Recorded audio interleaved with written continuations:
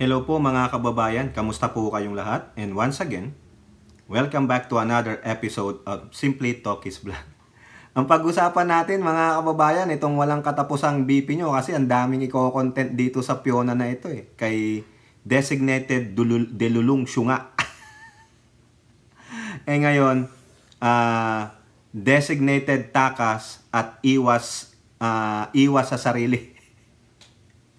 No, tama po yung sabi ng mga ilang mambabatas, imbis na mag-take responsibility sa kanyang failures, sa kanyang pagtakas, ibinabaling ang issue sa iba. Naghahanap ng masisisi. Kasi feeling po ni Syunga, ni Dilulu, siya ay perfect. Hindi nyo ko pwedeng panagutin. Kasi perfect ako lang at ako lang. Oo, perfect nga po siya. Perfect talaga. Perfect manood ng Netflix. Natapos niya yung kanyang designated survivor. O ngayon, ang pag-uusapan natin mga kababayan, ay ito po, may dalawang video tayo na, courtesy sa kay Sir Benji Contreras. Saka sa mga kasamahan nating mga vloggers at influencers na pro-admin, no, na mga bumubutata sa kanilang mga kasinungalingan ng mga Duterte. Okay? So, unahin po natin muna ang article na galing sa Manila Bulletin. Kasi po, mga kababayan, ito mukhang juicy. August 9 article Sabi dito, BP Sara's net satisfaction rating falls by 19 points. Ang laki! Ang laki ng binagsak in second quarter of 2024. So ano ang second quarter ng 2024? Probably from March to June, di ba? Bagsak po, bagsak. Pero kinatutuwa pa rin ng mga nila diyan kasi mamaya malalaman nyo bakit tuwang-tuwa yung mga minions nila. Ipinopost pa kasi na ng mga FB page, nakita ko. Ay, ang ganda ng satisfaction rating ng aming Piona. 44%. Pero bago po tayo magpatuloy, tayo po ay magbibigay-pugay at pasalamat sa lahat ng ating channel members, followers, subscribers, nagla-like at nagsishare ng ating mga video, sa mga nagbi-video replay, sa magsishare ng kanilang blessings, sa mga kasama natin at katuwang natin dyan sa live chat ng ating video premiere and ating live stream. Maraming salamat po sa inyo. Special shout out to all OFWs, sa mga men and women in uniform protecting our freedom. And remember, freedom is not free. At sa lahat po ng patuloy na tumatangkilik sa atin, gusto ko lang pong i-flex itong ating mga lady warriors for pro-admin. Nandyan si Carclea, si Mami Peng, si Mamita Star Talk, si Admin Rich, si TPL3. Andyan din po si Mima na sobrang laki na po ng kanyang YouTube channel.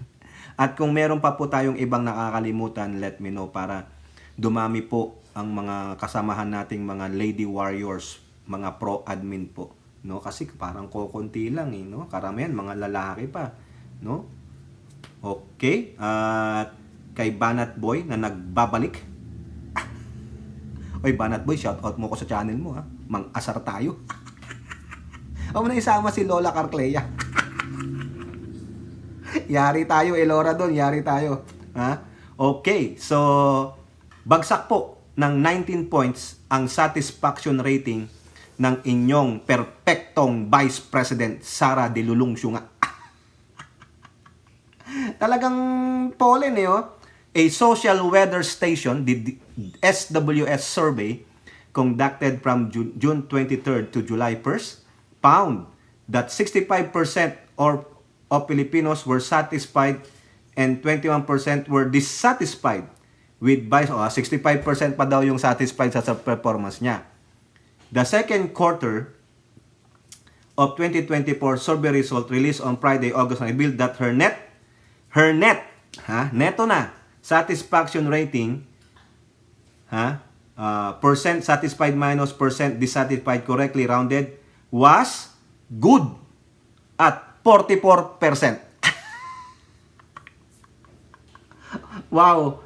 Compared ikumpara daw sa survey na kinundak noong March 24 for the first quarter, SWS reported that your BP net satisfaction had fallen by 19 points from 63 naging 44. Bagsak.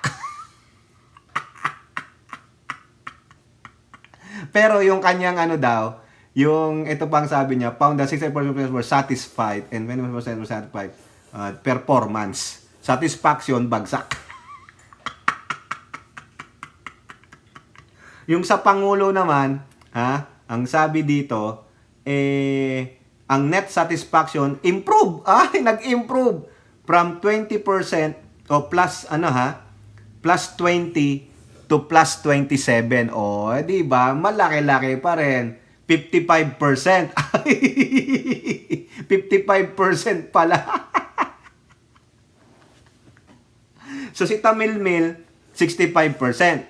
Si Pangulo, 55. Pero yung plus minus nila, mas malaki ang binagsak. Si Pangulo, plus 7 si Tamilmil, minus 19. Pero tuwang-tuwa pa rin yung mga ano nila, hindi nila alam. Paganyan po yung kanilang idol. Mga gago talaga. Makita lang nila na mas malaki yung kanilang sa idol kaysa kay Pangulo. Okay na yun. Pero hindi nila makita yung trend. Pabulusok. Mga gunggong hindi marunong magbasa ng simple chart Di ba, Banat Boy?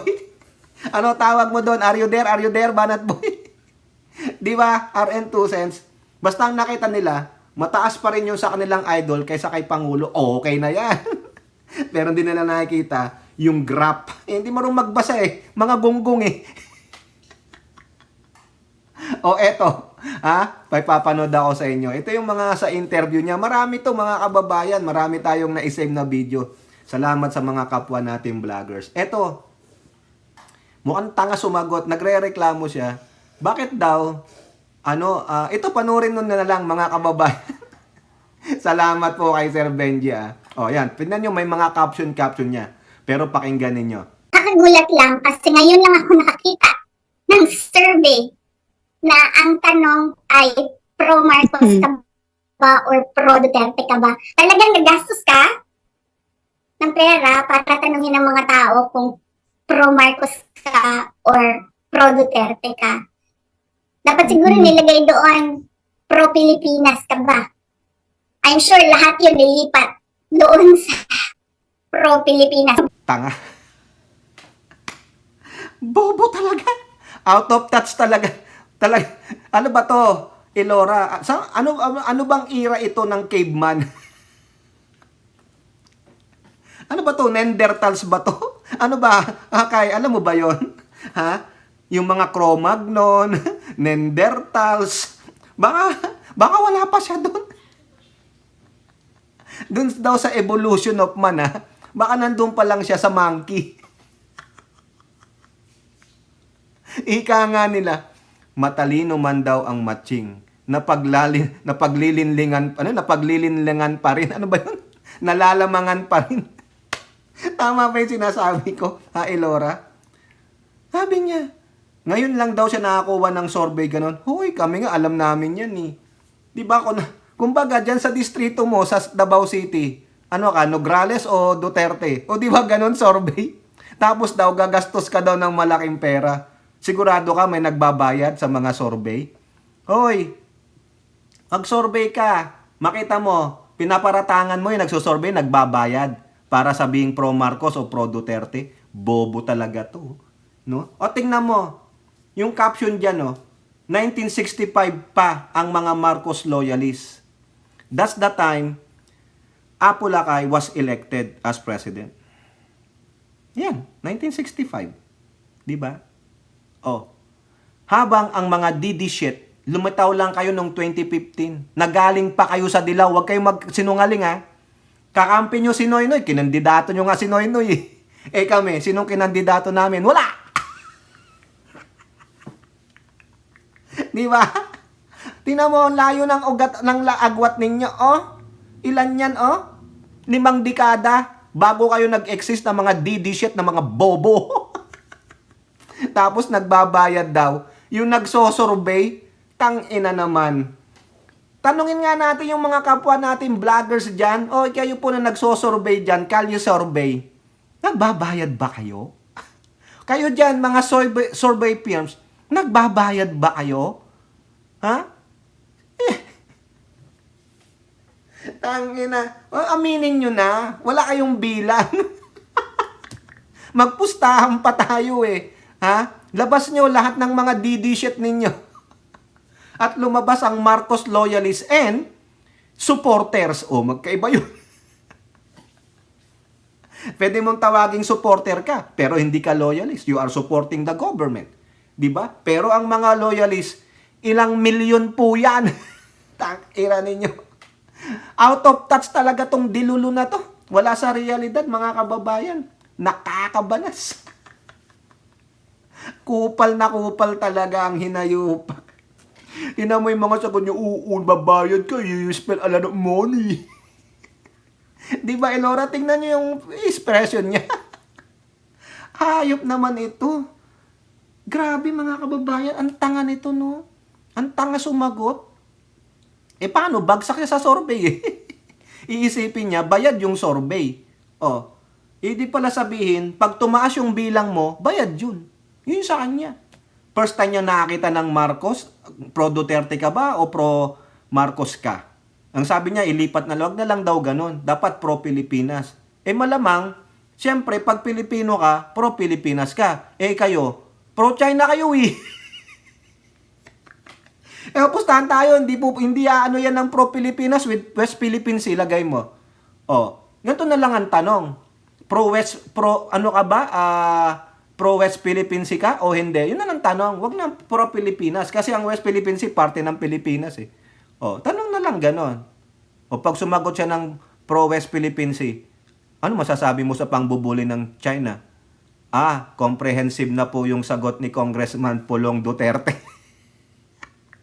Di ba, Elora? Bakit ganon ang sagot mo? In-explain ko na sa'yo. If you don't get it the first time, you don't need my explanation.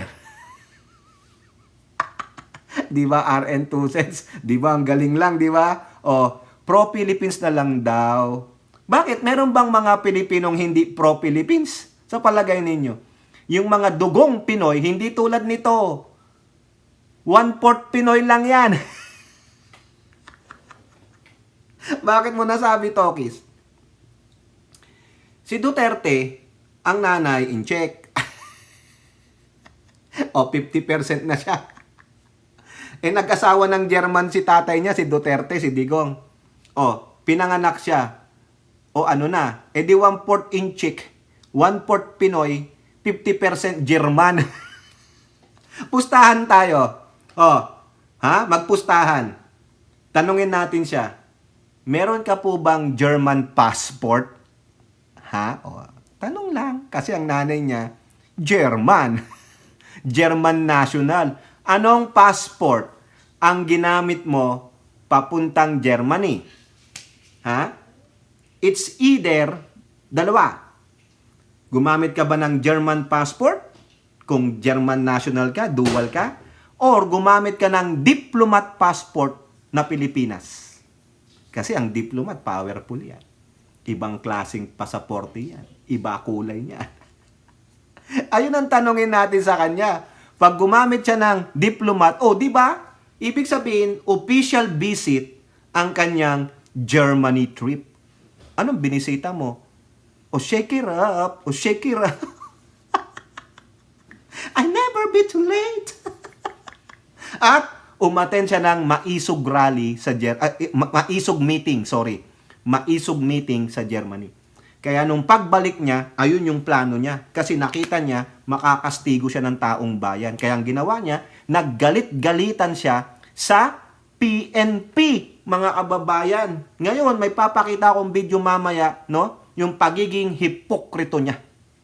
Sabi niya, pro-Pilipinas, hindi ka naman talaga 100% Pinoy, gaga. German, Chinese, tangina. 1/4 lang yung pagka-Pilipino mo, gago. Di ba? Tama, mali. Ay, nako. Hindi matanggap ni Sara na pakonti ng pakonti ang mga sumusuporta sa kanilang mga Duterte. Oo, wala ka ng political capital. To the negative ka na. Wala ngang majority ng congressman na kumakampi sa'yo. Gago. Oo. Now, ito pa, mga kababayan, talagang out of touch. Tama si Representative Bungalon eh. Parang wala kang alam. Yung utak mo, yung puso mo, nasa iba. Ha? Tingnan mo to ha. Hindi niya alam itong pinagsasabi niya. Oh. Ang sabi dito, ang mga Duterte daw ay para sa taong bayan at hindi sa mga politiko. Ang nagsasagawa daw ng maisog rally ay mga taong bayan, walang mga politiko. Ano pala sina Digong, Baste, Harry Roque, Glenn Chong at iba pa. O tingnan ninyo ang sasabihin niya ha. Diyan sa maisog rally na yan. Sa Davao City pa lang kasama namin taong bayan. We've always been outsiders. Nakita natin yun sa administrasyon ni Pangulong Rodrigo Duterte. Hindi naman siya kasali doon sa mga grupo ng mga politiko na laging safe eh. Si PRD was always in the eye. Always the eye of the storm si PRD dahil para sa kanya taong bayan yung kasama niya, hindi mga politiko. So hanggang ngayon, nandyan pa rin kami sa taong bayan. Kung makikita nyo, sino ba yung mamaisog rallies? Diba? Sino ba yung mga nag-conduct ng mga maisog meetings? Wala naman kayo nakikitang politiko dun eh. Lahat sila, mga ordinary citizens, lahat sila taong bayan. So, hindi ko lang alam kung hanggang kailan nandyan ang suporta ng taong bayan. Pero kami, for all eternity, yung pamilya namin nandito para sa taong bayan. Big fat liar.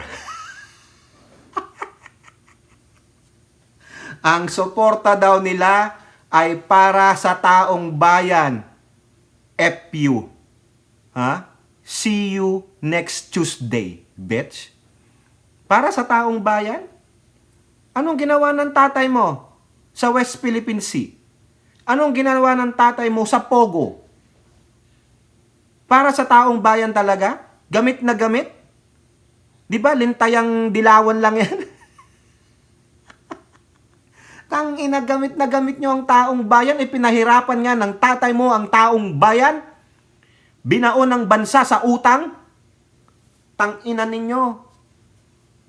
Baka ang Davao City, utong-uto nyo, yung mga taga-Davaoenyo nyo. Yung taga dun sa inyo sa Davao City. But I don't think lahat ng Davaoenyo aayon sa inyo.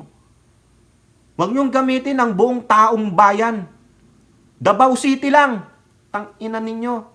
Ginago nyo ang mga Pilipino. Kita nyo ang pinahirapan ng Pogo? Maraming buhay ang naghirap dyan. Maraming buhay pa ang nasawit, nasaktan. Maraming mga kababaihan ang nawalang hiya. Tignan mo si Kibuloy. Hindi nyo nga mailabas si Kibuloy eh. Tapos taong bayan gagamitin nyo. Taong Davao City lang. Huwag mong i-generalize.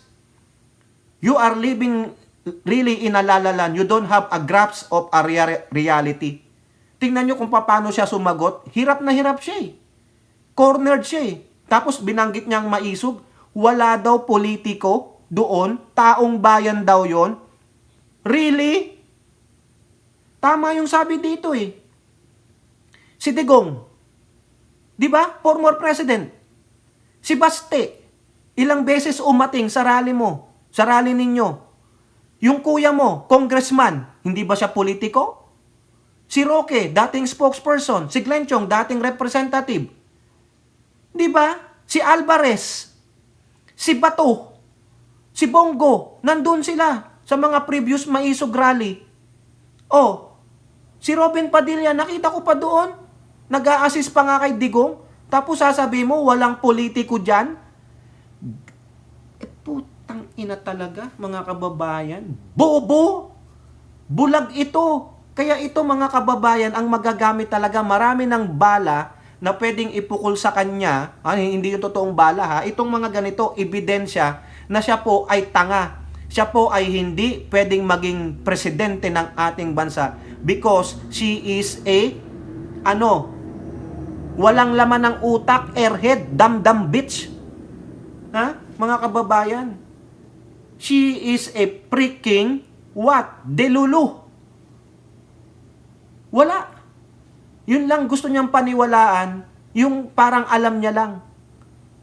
Pero ang totoo, hindi niya nakikita. Parang may sakit ito.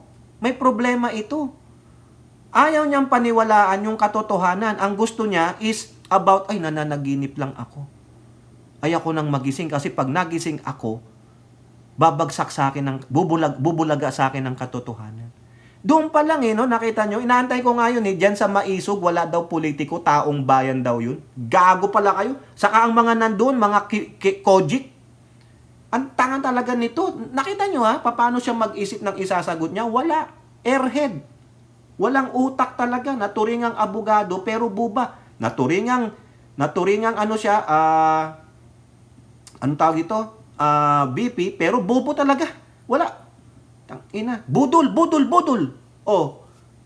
Eto pa, mga kababayan ito ang matindi. Nasaan na ba? Eto. 'Di ba kinastigo niya ang PNP chief? Batas ka lang, hindi ka Diyos. Kinastigo niya. Oh, eto ngayon, ang pagiging hipokrita ng piyona na ito. Tingnan nyo, panoorin ninyo. Assalamualaikum. Madayaw ug mayong adlaw kaninyong tanan. Ipinapaabot ko ang aking mainit na pagbati sa mga magigiting at tapat na kasapi ng Philippine National Police kasabay ang pagdiriwang ng 123rd Police Service Anniversary. Isa itong magandang pagkakataon para pasalamatan at saluduhan ang PNP sa inyong mga tagumpay bilang mga alagad ng batas. Few moments later. Kumusta din namin ang bise kung kumusta ang kanyang seguridad ngayon. Kasi yung mga surveillance, yung mga casing, ano yan ganyan mangharas ang PNP. Modus yan ng PNP pag gusto nilang mangharas ng tao. Nakita nyo? Di ba? Hypocrisy at its best. Salamat po dito sa mga kagrupo ko. Kita nyo? May pabati-bati pa sa PNP pero sasabihin magharas, modus daw ng PNP. Putang ina talaga. Baliw na hypocrite. Ewan ko mga kababayan. Ewan ko talaga. No? Talagang wala na. I think she needs to go. kung sa trabaho lang, wala na. You have to seek medical assistance na. Papupuntahin ka na sa psychiatrist. There is something wrong with you, girl. Probably something is loose. It needs tweaking. Nakita nyo paano siya sumagot doon sa dalawang video, di ba? She is really looking for the right answer, pero wala lumalabas di ba, Carcleia? Tama talaga si Top 1. Boss Top 1, you are correct. No? Diyan ako believe sa'yo with your assessment. Wala talaga. She needs to go. Impeach Sara. Wala na po. Siguro kung meron lang mambabatas na makapag-file ng tamang impeachment case sa kanya, probably ura-urada. Wala She is destroying. Sabi niya, sisirain niya lahat no? She is destroying everybody. She is a loose cannon. Siya yung, para po siyang wrecking ball, mga kababayan. Yung kanta ni Miley Cyrus. Siguro alam nyo naman yun, no? Ito po yung huling article natin dito. Ito lang, update, no? Yung pong indoor arena ni Quiboloy ay pinasok po ng NBI. Diyan po sa Davao. Yan po yung nakalagay sa Inquirer.net. NBI enters Quiboloy's indoor arena in Davao, no? The NBI entered embattled religious leader Apollo Quiboloy indoor arena inside the Kingdom of Jesus Christ, no? Operatives of NBI Region 11 were seen searching the premises of Kingdom according to the Facebook live stream of SMNI. Pastor Apollo Quibolo is believed to be hiding inside the Kojic compound.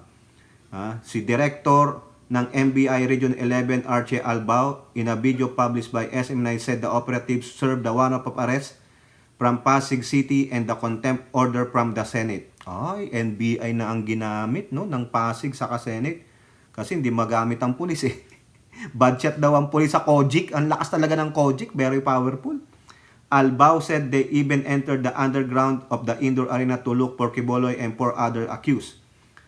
Albay clarified that it is not a tunnel but a basement under a stage inside the arena. The PMP said it's an open secret that there are tunnels inside the Kojic. O ayan po, no? Nilusob talaga.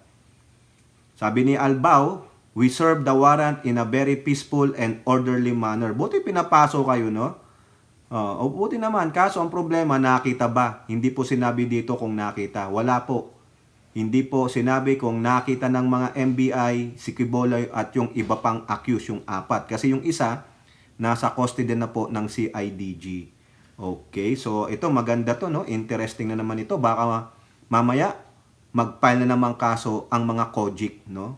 Okay, so yan po mga kababayan, no? Iyan lang po ang ating masasabi. Hopefully, mahuli na tong mokong na ito. Okay, kayo po, ano po ang inyong masasabi? Comment down below and don't forget to like and share. Hope to see you in the next videos. Bye-bye. God bless.